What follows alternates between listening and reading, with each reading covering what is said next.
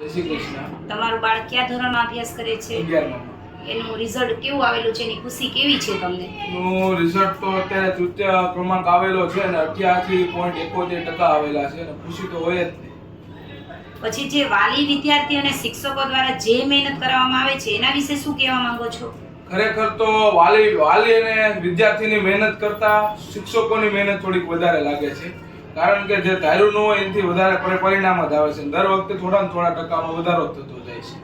જેમ મને એમ આગળ જેમ ધોરણ જાતું જાય એમ હાર્ડ થતું જાય છે, પરંતુ વિદ્યાર્થીઓને સહેજ પણ મૂંઝવણ અનુભવાતી નથી.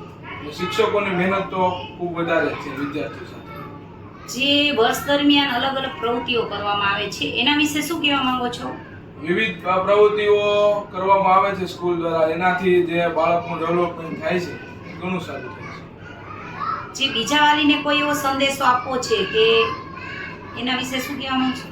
બીજી જગ્યા કરતા અને શિક્ષકો અને વિદ્યાર્થી વચ્ચે જે તાલમેલ છે એ અહીંયા થોડોક મને વધારે જોવા મળે છે. Thank you.